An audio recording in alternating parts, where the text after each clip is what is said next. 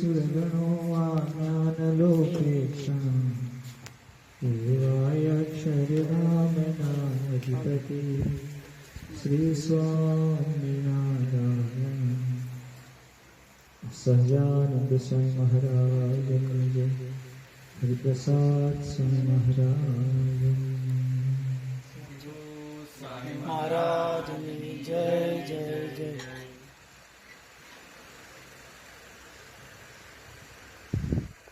આપણે બધા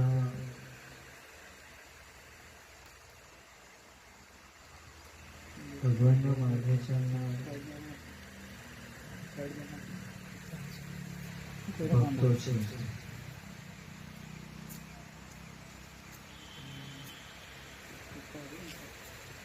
આપણે ભારતીય સંસ્કૃતિના ચિંતકો છે. આપણે બધા ભગવાન સ્વામિનારાયણના આશ્રિત છીએ.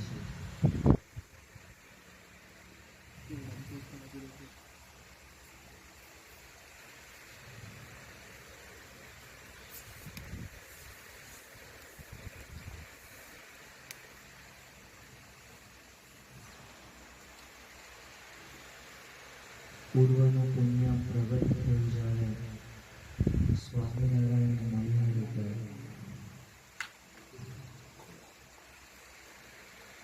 ભગવાન સ્વામી વચનામૃતમાં એ વાત કરી છે કે આપણે જે આ સત્સંગમાં બેઠા છીએ એ કોક પુણ્યના પ્રતાપે કરીને બેઠા છે. આપણું કરેલું કોક શુભ કર્મ આપણને ભગવાનનો સત્પુરુષની પ્રાપ્તિ કરાવે છે.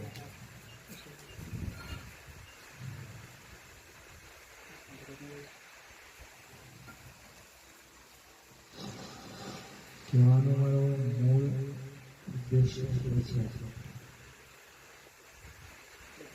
કે જીવ 184 ફરીને આવ્યો હોય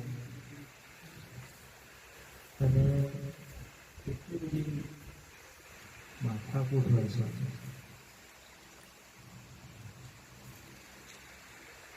ભક્તિ વ્યવહાર કરીએ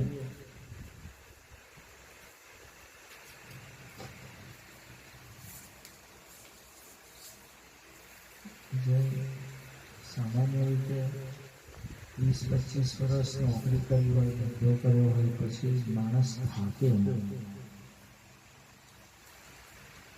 પછી એને એવું થાય કે હવે મારે નિવૃત્તિ જીવન જોઈએ. એમ અનંત જન્મો અનંત યોનિઓમાંથી જીવ જ્યારે પસાર થયો હોય તો એને જે વિશ્રાંતિ જોઈએ, ભગવાન પાસે બેસવાની, આનંદ કરવાની જે પળો જોઈએ એને આપણે મુક્તિ કહીએ છીએ.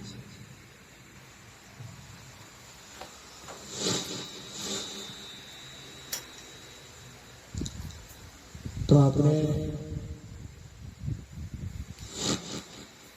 કેટલું સાંજે કરતા હોઈએ અને આપણું ઠેકાણું પડે નહીં.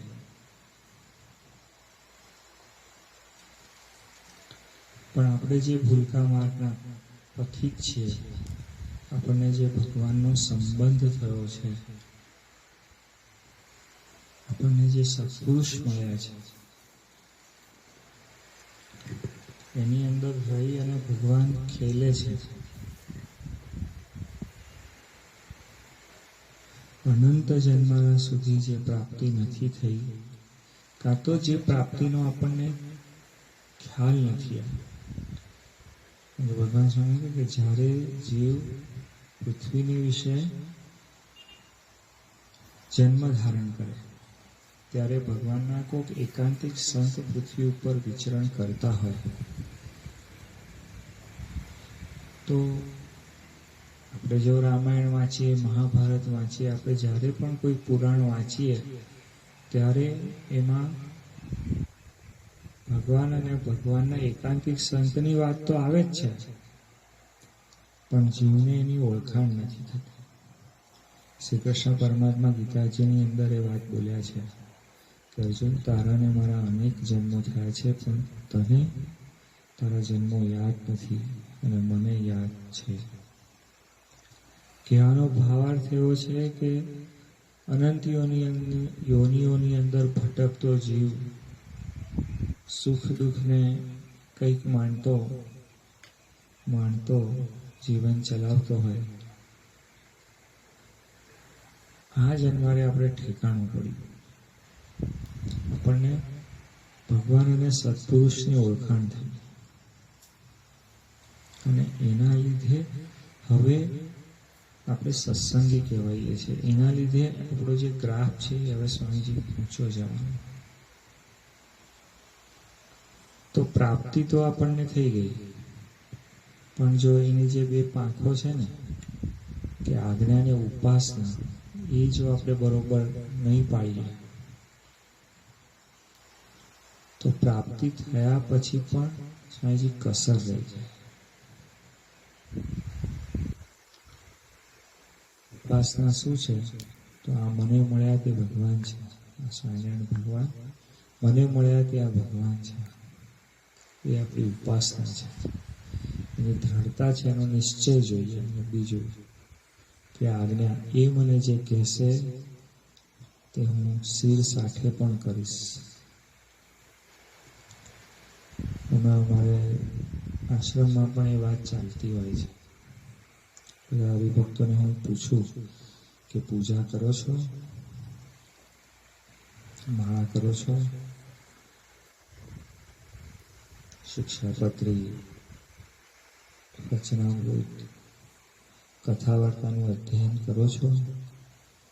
એટલે હરિભક્તો વાત કરે કે હા સ્વામી પૂજા કરીએ.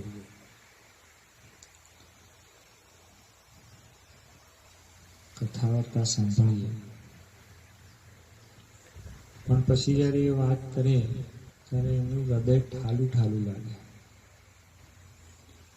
પ્રાપ્તિ હોય ને એ પ્રાપ્તિ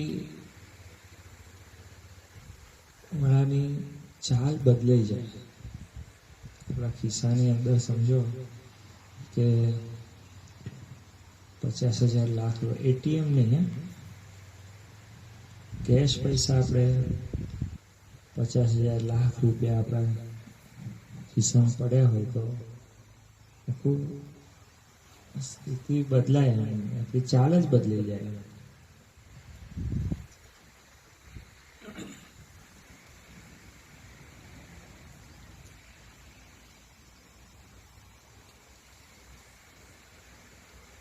એવી જેને પ્રાપ્તિ છે ને સ્વામીજી, અને પ્રાપ્તિની અનુભૂતિ જેને છે ને, પ્રાપ્તિ તો થઈ હોય, ભગવાન સ્વામિનારાયણ મળ્યા હોય એટલે પ્રસન્ન થાય ત્યારે આપણે શું બોલીએ કે ભગવાને રક્ષા કરી, આપણે એવું બોલીએ. પણ એ આપણને પ્રસન્ન થાય, આમ આપણને કોઈ આમ મારે ને તો કંઈ બહુ એની અનુભૂતિ નથી થતી, પણ માથું હાર્ડ બેસે ને આપણે એવા પ્રસંગમાં આપણને સ્વામીજી એવું થાય કે એવું પ્રસંગોની અંદર આપણને એવું થાય કે શ્રીજી મહારાજની અનુભૂતિ. પણ પળે આપણને જે સ્વામીજી જેનો સંબંધ આપણે સ્વીકાર્યો હોય, આપણને એની અંદર પ્રીતિ હોય. હમણાં 2 દિવસ પહેલા હું અહીં બેઠો હતો, ઉમંગ બેઠો છે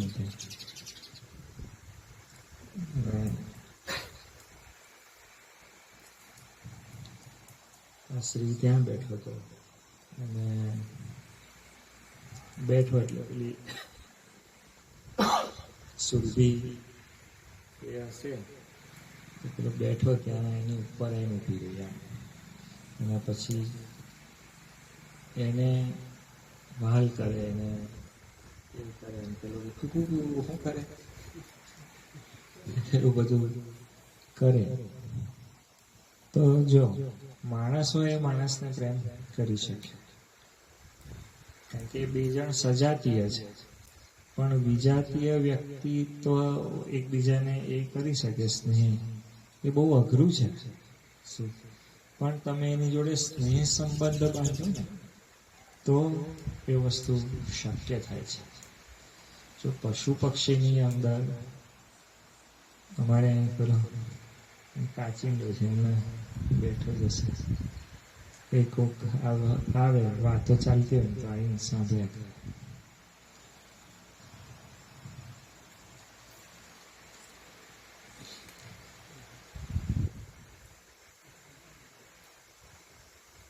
તો ભગવાન તો અનિર્દેશીય છે, પાર છે, પરબ્રહ્મ છે. આપણે એની એકતા થાય એવું જ નથી.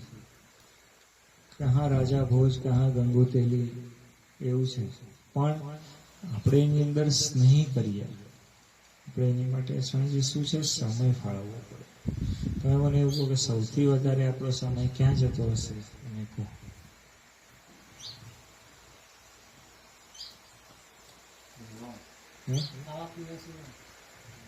મને એવું લાગે કે આપણો સૌથી વધારે સમય વિચારવામાં જતો હશે. આપણે વિચાર કરીને બહુ જ એંગેજ હોઈએ છીએ.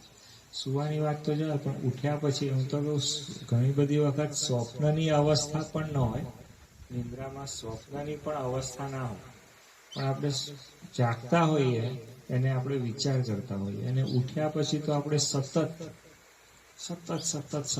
વિચાર ચાલતો હોય.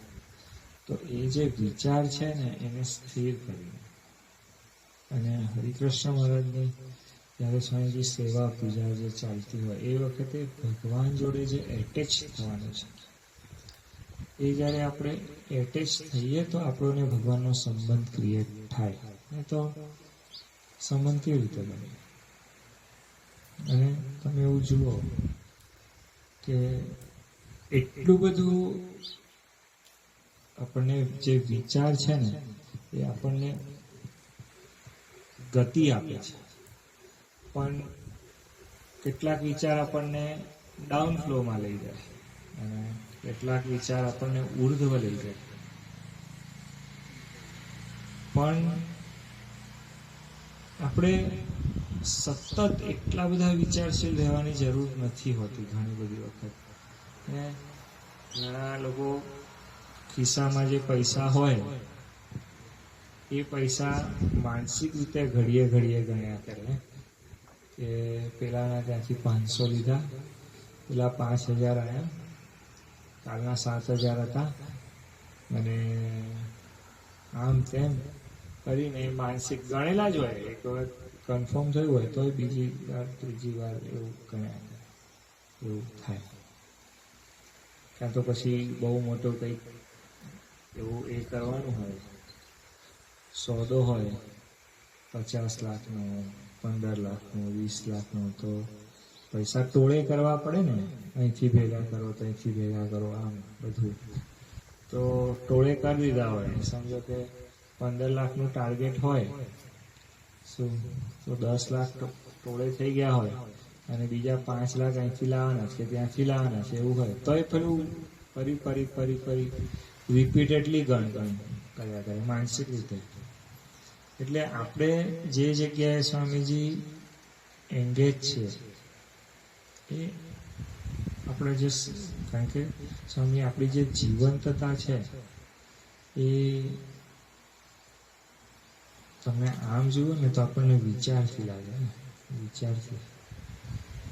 એ વિચારને કંટ્રોલ કરીને સ્થિર કરીને હરિકૃષ્ણ મહારાજમાં ચિત્ત ચોંટાડવું. ફરી વાર કહેવા, મન ગુમ કરે, એક પલ ભી તુજમે લગે તો સુખધામ કા વો પાછા. અને આપણા તો ગુરુ ગુણાતીત, આપણે બધા અક્ષર પુરુષોત્તમ ઉપાસનાના સેવકો છીએ. તો સ્વામીજી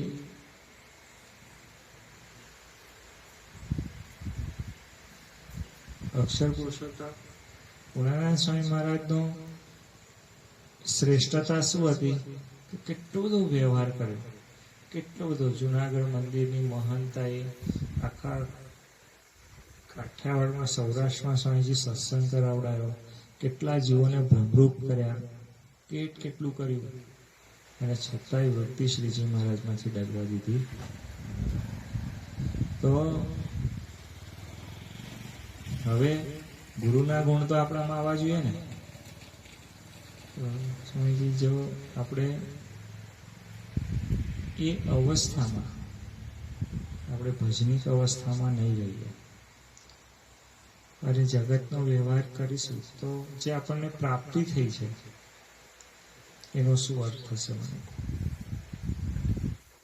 84 કરીને આવ્યા છે, આ દેહે કરીને આપણને શરીર ભગવાને સાજુ માજુ તાજું આપ્યું છે, બધી રીતે આપણે ઉત્તમ છીએ, બધું છે, પણ શું થશે? સમય વેડફાઈ જશે. એટલે જો સમય વેડફાયો, જે વખતે સ્વામીજી સમયની જરૂર પડે છે ને એ વખતે આપણને ખબર પડે કે જે કરવાનું હતું એ નહીં કર્યું, અને જે નહીં કરવાનું હતું એ કર્યું. એટલે અમે મેહી આશ્રમમાં હતા, બરોબર ને સ્વામીજી? સવારે 4 વાગે ઉઠી જાય, 3:30 ઉઠી જાય, નાઈ ધોઈ પાછા ધ્યાનમાં ને એમાં એ કરે. 10-10:30 તો પાછા પરવારી જાય. 11 વાગે તો પાછા શયનમાં જતા રહે. પાછા સવારે બપોરે 2-1 વાગે 3 વાગે ઉઠે, પાછું ફ્રેશ થાય અને પાછું ધ્યાન, અને 8 વાગે પાછા જમી. તો આપણને એવું થાય કે નવરા બેહી રહ્યા છે, કરે છે શું? પણ મેં ભારત વર્ષ ફરીને સ્વામીજી મેં જોયું, સનાતન સંસ્કૃતિની અંદર મેં વારે એમ કેમ પ્રકારે કે જીવ ભગવાનમાં જોડાય. બહુ મોટા એક તત્વચિંતક હતા ને, એમ કહેતા કે ભારત પાછળ છે એના પાછળનું કારણ છે. આ તત્વચિંતકની વાત કરું છું કે જે ધર્મમાં માને છે, અને તત્વચિંતકો એવા હોય કે ધર્મમાં માનતા હોય પણ કદાચ પાછા ભગવાનમાં નહીં માને, કદાચ એવું પણ હોય. તો એમ કે અહીં બહુ ધ્યાન ભજન છે ને એટલે આપણો વિકાસ નથી, પણ માઇન્ડની જે સ્ટેબિલિટી છે, આજે પણ સાઉથ ઇન્ડિયાના બ્રેન એકદમ સ્કોલર બ્રેન છે, એના પાછળનું કારણ છે કે જીવન જીવવાની જે પદ્ધતિ અને એની અંદર ચિત્તની શાંતિ કેવી રીતે રાખવાની, અને એનો જે એક અભ્યાસ છે એ ઋષિઓએ, સંતોએ, સ્વામીજી જીવનમાં વણી લીધો છે. ભગવાન સ્વામીએ શિક્ષાપત્રીની અંદર આજ્ઞા કરી છે કે સંધ્યાના સમયે મંદિરે જઈને નારાયણ ધૂન કરવી. એમ તો એ શું છે કે લાઈફનું એક સ્પીડ બ્રેકર છે કે આ રૂટ ઉપર ચાલતો હતો, હવે આ રૂટ ઉપર ચાલ, હે ને? ટ્રેક ચેન્જ કરવો પડે, નહીં તો શું થાય, ઓફિસ પણ ઘરમાં લઈ આવે, એવું થાય ને? એવું થાય. પણ સંધ્યા પછીનું એ છે તારું જીવન, હવે તારે આ રીતે જીવવાનું છે. કહેવાનો ભાવાર્થ એ છે કે આજ્ઞાની ઉપાસના, કે નિશ્ચય કે આ મને મળ્યા તે ભગવાન છે, અને એમની જે આજ્ઞા છે એ પ્રમાણે મારે જીવન જીવવાનું છે. કેમ કે આ જન્મારામાં આપણે અનંત જન્મારાના જે પ્રોબ્લેમ્સ છે બધા કાઢી નાખવાના છે. અનંત જન્મારાના જે પ્રોબ્લેમ, આપણે છેલ્લા જન્મ તરફ બાજુ જો આપણે જવાનું હોય તો ભગવાનની જે આજ્ઞા છે એ આપણે બરોબર પાળવી પડે. તો એની અંદર આપણે દાંડા ન કાઢીએ, કારણ કે બધાને ખૂબ કામ હોય, માણસ નવરો નથી આજના સમય. એમાં પાછું ટીવી, મોબાઈલ તો એટલું બધું, તમને બહુ સાચું કહું તો માહિતીવર્ધક છે. જ્ઞાનવર્ધક તો ના કહેવાય, પણ માહિતીવર્ધક છે. અને માણસને એવું હોય જ, યુટ્યુબ ઉપર બેઠા તો શું જોતો હોય, કોઈ દિવસ રસોડામાં ના જતો હોય, કોઈ દિવસ ના જાય તો કે સેવ કેવી રીતે બને એ જોતો, બૂટ કેવી રીતે બને એ જોતો હોય, પીપળું કેવી રીતે બને એ જોતો હોય. કોઈ દિવસ જવાનું ના હોય, કોઈ દિવસ કરવાનું ના હોય, પણ બેઠા શું કરતા લેસ્તો જે આપણને ખબર નવરો બેઠો બેઠો અમે લોકો પરિક્રમામાં હતા ને પેલું મને નહીં ખબર એને શું કહેવાય રંધો મશીન છે કે પણ ત્યાં વેલણ બનાવતા હતા બરોબર વેલણ સવારનો પહોર હતો અને ઉકાળો બધું પીને અને સ્વામીજી નીકળ્યા હતા એટલે અમારે બીજા સ્ટેશન પર પહોંચવાનું અને ઇન બિટવીન પેલું શું કહેવાય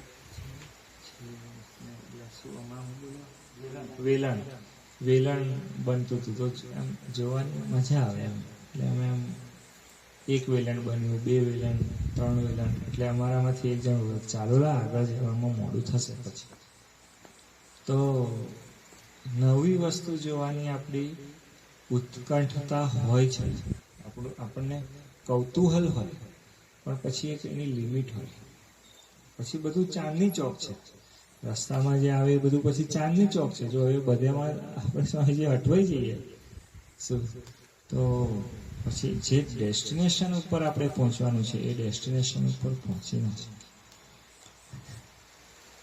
એટલે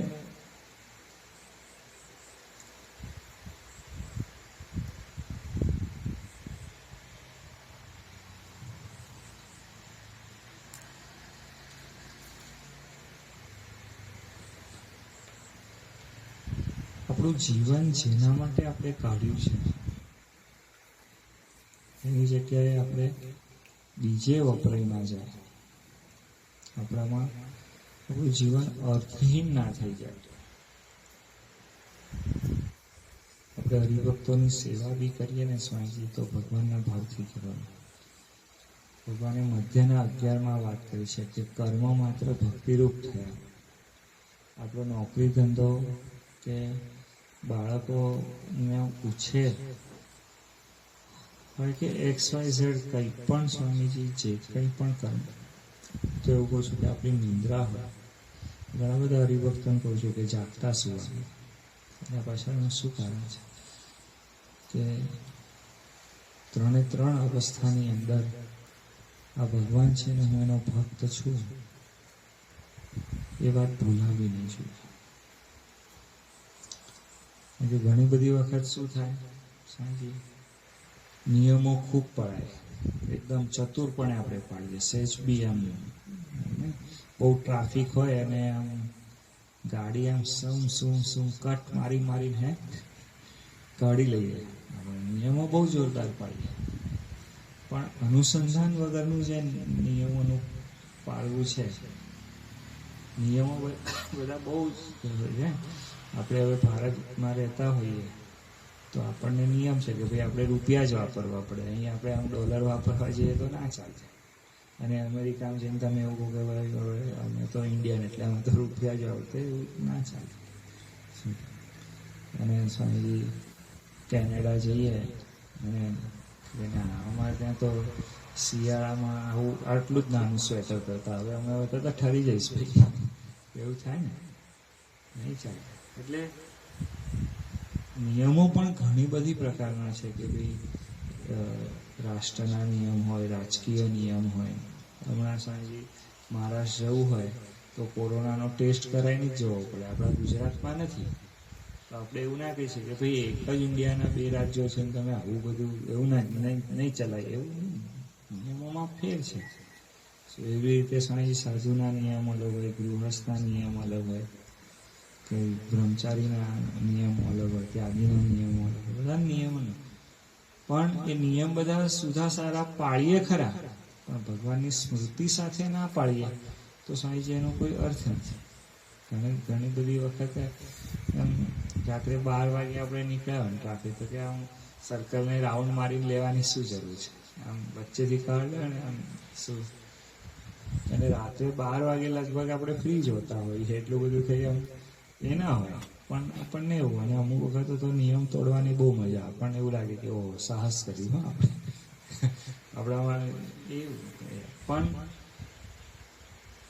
અને ઘણી બધી વખત તમે જુઓ કેવળ નિયમ પાળનારો માણસ છે ને થોડો જૂનવાણી પણ લાગે. એક સમજવાની જો વાત કરીએ તો, પણ જે સમજીને પાળે, સ્મૃતિએ સહિત પાળે ને, તો એના જીવનમાં એક જીવંતતા આવે, એનામાં એક પ્રાણ, એનામાં એક ઉર્જા આવે. તો ભગવાન તરફનું જે સમર્પણ છે, શિક્ષાપત્રી પાળવાની એટલે ધર્મ, અર્થ, કામ, મોક્ષ. તો ઘણાને મોક્ષમાં આનંદ હોય, ભક્તિમાં આનંદ ના હોય. બોલ તો કેમનો મેળ થાય? શક્ય નથી ને એ વસ્તુ. પણ શુષ્ક વેદાંત પછી કે સ્વામી હવે આટલી બધી તમારું ભજન એટલે આટલી બધી તમારી સેવા કરી છે, તો હવે લઈ નહીં જાઓ.